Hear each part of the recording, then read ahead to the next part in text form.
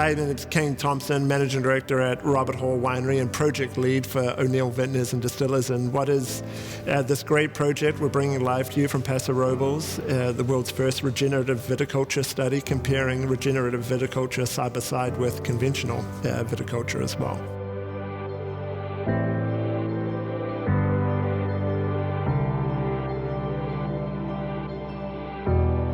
We're really proud to partner with Philippe Armenier, who is with us today and is acting as the consultant on this project. And we're excited to be here and to have Philippe with us. And he's got a rich background from Châteauneuf-du-Pape, and so we're going to ask Philippe a few questions about his background and experience, and tell us a little bit about yourself, if you wouldn't mind, Philippe. No, I don't.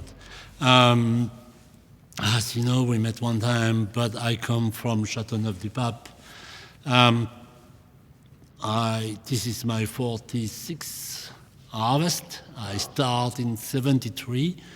I was one of the owners of Domaine de Marcoux in Châteauneuf-du-Pape, and the winery and vineyard are still farmed by my sister now. And so in 1989, I decided to turn the whole vineyard estate into biodynamic farming. And yes, it was a great experience and changing life for me. Mm. Yes. Oh, really interesting. Mm-hmm. And then you moved to the US. I spent some time in Australia and to learn English and to discover the biodynamic farming in dry conditions, but we moved to California in 2001. That was the goal, to come to California and do biodynamic farming here. So we moved a little bit along before coming here. But yes, 2001, and I started my own consulting in 2002, before I was working with Jackson. Yes. Got it.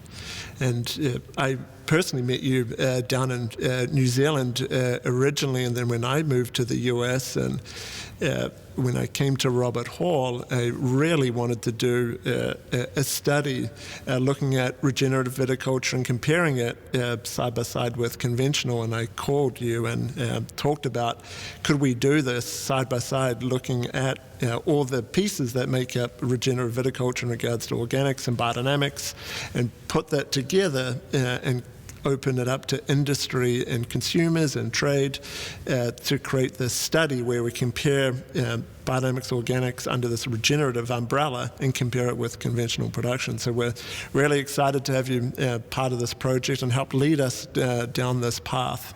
It's a fairly significant project, as you know. It's set up across 40 acres, so it's a big commitment. It's about a third of our vineyards here at Robert Hall, and we're excited to get underway. And we've started out in the vineyard already. It's winter time here, so we've started the first part of the project. Would you mind explaining to everyone some of those first pieces we do when we go out into the vineyard and we start this process? Well, you remember we went to the field and looked at the soil, took a shovel and smelled the soil, touched the soil, and in fact we sprayed the first biodynamic preps this week. Yes.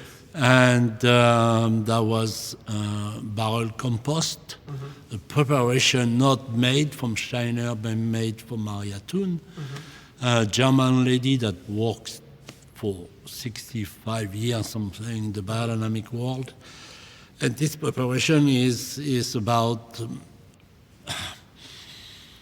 bringing a new life inside the soil, microbiological life, fungus, really developing a real life. Is tiny quantity with spray per acre. As you know, biodynamic farming is only about quality. We are not in the world of the quantity here like we do in the other farming, conventional, but we are in the world of the quality and life.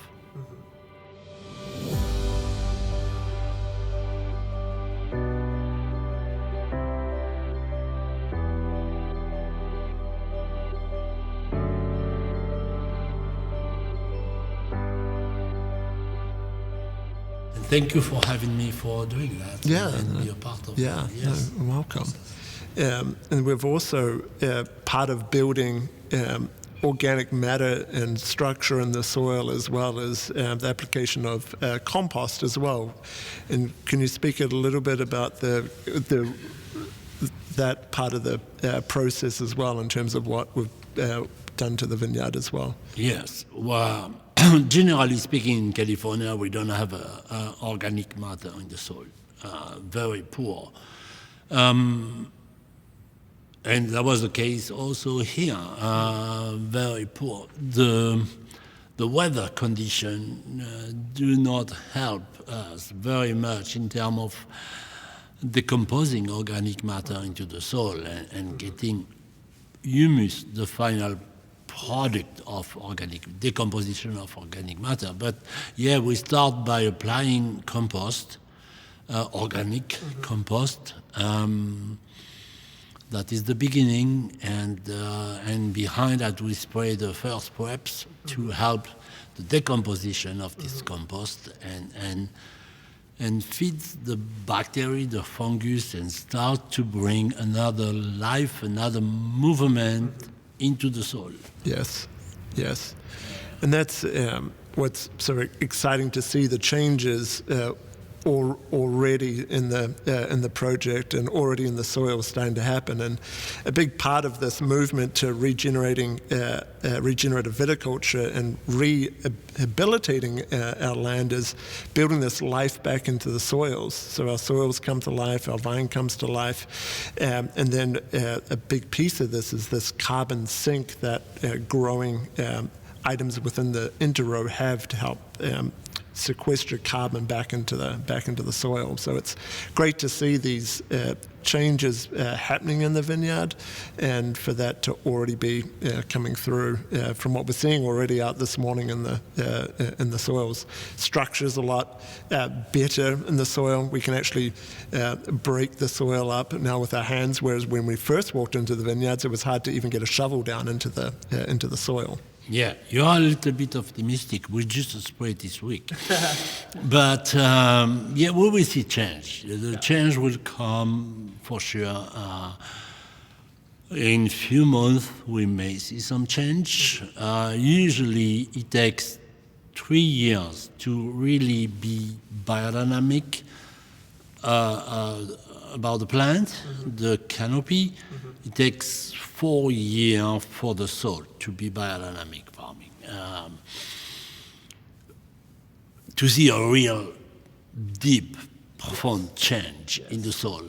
But we will see change well before. In the way of the vine is holding itself, the taste of the grapes. I saw in my first experience with biodynamic farming, after 6 to 8 months, when I test my grapes and the one in control and the biodynamic one, there was a difference between the two, already more interesting in the BD than the control. So we will see some small change, little by little. They will come, but you see, as a Demeter requires, it requires 3 years of biodynamic farming to be certified. So we need some time. Yeah. Soil is the more materialistic element we have in the earth. Yes. So it's the longest change. Yeah, and that's why when we started talking about this project, why we looked at the project being for at least 3 years. Yeah, and 3 to 4 years. Yeah, and so we start in year one, we make some of the big changes, and we continue progressing over that 3-year period, and then really looking at the learnings from year one through to year 3 and comparing it side by side with a control. And it comes back to that purpose of this study, is to bring people on this journey together, because there's so much information, misinformation about regenerative farming, biodynamic farming, organic farming, and to bring all that together to see it in a side-by-side comparison so people can see for themselves. And that's why we're so excited about this project and working with you, is that we open this up to trade media, our consumers, our staff, and a whole industry to come along on this journey of discovery and learning together. So we're excited to start this and get kicked off with our first applications and the first compost application. We're now looking forward. We're looking at how do we control weeds, and looking at that next pass through the vineyard of controlling the weeds underneath the vine. And so I would ask you to speak a little bit about that in terms of that's the next task happening in the vineyard next week, and what's involved with that. Well, they already start to and try. That is a kind of physical action with blade and taking the weeds down. If you do biodynamic farming, you don't want to spray any chemicals, you don't want to spray any glyphosate or pre-emergent or whatever to kill the life in the soil. What you are trying to build is life. You don't want to kill it by spraying chemicals into the soil. So yes, we have to do some physical action on the soil and on the vine to keep it clean and not having too much competition with the vine. Yes, and that's one of the people that are early on this journey in terms of farming this way. It's one of the key differences of farming under these two different systems is that under regenerative biodynamic farming, there is no herbicide, there are no insecticides applied. So it's a big difference and a big change. Yeah, more we will grow, more grass, weeds we will have, because if we increase the life in the soil, and we will have more vegetation and diversity, because there is kind of monoculture of grass now that we have, and we want to bring diversity. I saw in some vineyards in plants that were living in the forest coming and live in the vineyards. Yes. They moved to the BD section. They've never seen it before.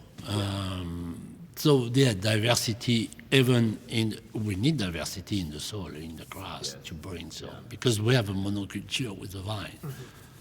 And we have a monoculture, so we need to bring something else. Yes, and that's what we're really trying to encourage under this regenerative farming umbrella, this diversity of plant species within the vineyard. Because to your point, the vineyard by itself is a monoculture. So the more diversity that we can bring in, the more beneficial insects, the more microbiology, and the more just general life that we bring into the soil, which has a positive impact on grapes and in turn eventually into wine quality at some point. So we already start to not be anymore monoculture when we start the biodynamic farming, because we bring plant, we bring minerals, and we bring the animal on the presence of the biodynamic preparation. The biodynamic preparation are everything. They are going to change everything. So, but these preparation are made with some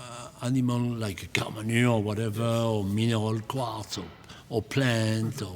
So you already start to bring something else into the field, and you are going away with the monoculture by spraying the preps already. Yeah, that is the first step. Yeah. So we've talked a bit about what we're doing at the moment, which is almost like the winter stage. We're going to talk a touch about like after winter, going into what's that next piece that we're going to be looking at going forward. Yeah, we start now in winter when the soil is the more active, the more living. Yes. There is a lot of activity at this time in the soil. We would love to have a little bit more water to make that a little bit more intense, but fall and winter are when the soil is very active, microbiological life, fungus, everything, the worms are coming up and decompose organic matter, eat the compost, and the vine is dormant. The vine is sleeping. When the soil is awake, the vine is sleeping. So we will go to the spring now, and the soil is slowly going to dormancy, and the vine will wake up. So when one is dormant, the other one is awake, or vice versa. So when we come to the spring, we will have different preparations that will still spray on the soil, and then later on, when we have a bigger canopy, we will spray more the canopy with biodynamic preparations. So, but now this time our focus is the soil. Yes. Yes. Change something into the soil. Change the process and slowly change the way of the plant is getting its own food. The preps for the soil will help the plant to develop more root system. Yes. So to go deeper, to find more free nutrients and testy nutrients, because for the winemaker, the test is coming from the nutrient we have deep below into the soil. Yes. And so that is why biodynamic farming brings more the terroir, the origin of the terroir, and express more the place, because we have a stronger connection with the root system, and we increase the root system and deeper connection with the soil, deep soil. So that is the movement that we have for the plant, going downward, going to the gravity, going to the center of the earth. This is fall and spring forces, and then the plant starts to go up and look up and grow and wants to go to the cosmos, I will say. It wants to look up, and we have this preparation to help the plant to look for the outside. No, that's great. Yeah. And then part of what we're wanting to encourage is when people come along this journey through the 4 seasons of spring, summer, autumn, and winter, that they get to see this transition happening within the soils, the vines, and they come along on this journey together with us right through to the harvest of the fruit. So they can see side by side, and we can learn and see and watch what's happening in the conventional vineyards, which are all farmed sustainably, and then the regenerative biodynamically farmed vineyards, and seeing what those differences are. And some of the key items that we're going to be measuring in the project, and when we're looking at the fruit, firstly, we'll be looking at Brix and TA and pH, of course, yields as well, going to see the effect on yield over time. And then also looking at the microbiology in the soil, how that's changing, and then also the ability for the soil to sequester carbon, and looking at the carbon content within the organic soil, carbon content within the soil, which some studies around the world have shown that soils farmed under this way can sequester more carbon than conventional soils. So we'll be looking at those tests and looking at that side by side in this project as well. So we're excited to roll out the next stages, and thankfully you live very close here in Paso, which is another great reason that we've set this project up here for O'Neill and the Robert Hall vineyards as well. Having your expertise right here is fantastic for us in Paso Robles. And it's a great challenge for this type of farming. It is so dry. It can be very cool as well. So you look at all the regions in the world where this type of farming takes place. This is one of the more difficult regions to grow under regenerative principles and biodynamic principles, because it's so difficult to get things to grow and biology to develop, which is why it's a perfect place for a trial like this to take place. Yeah, this is the big challenge. The lack of rain, the lack of water makes the action of the preps a little bit slower. So we don't have too much time to work with the soil and to change it. It's quite limited in terms of time, but we will do it. The rhythms, and we will follow that. You talk about the visit during the season. Everything is about rhythms with biodynamic farming. The preps are made with rhythm. The animals are living with rhythms. The plant, the way we spray them. We will follow all that step little by little and see the change, the rhythmical change. Yes. And rhythm is life too. So when we bring rhythms, we increase life, which is one goal of the biodynamic farming, enhance the life. Yes, because the earth need it, and and the plant need it. Yeah, that's great. Yeah. And then as we do these field days through the various seasons, they're going to be opened up to people to come and see and experience what we're actually doing in field as well. And then we've got a lot of people joining from New Zealand, Australia, Europe, outside of California as well. So we will be recording these outdoor field days so people can come along on this journey together with us as well. So we're excited to be working with you and really doing this study, which again is a world's first side-by-side comparison, which we're really proud of, to be able to bring people along on that journey together with us and see the effects side by side and hopefully create some change in farming practices and some learnings that people can take forward for their own operations, whether that's home on their farm or within their own vineyards or winery. So good, great. Since acquiring Robert Hall Winery in 2016, O'Neill Vintners and Distillers has a very proud history and track record of sustainability. We're looking forward to developing this project around regenerative farming in Paso Robles, our home here. We're proud to be here. We love this place, and we hope that this way of farming is a catalyst for this industry to learn more about these techniques as we further develop our farming to produce great wines of real place.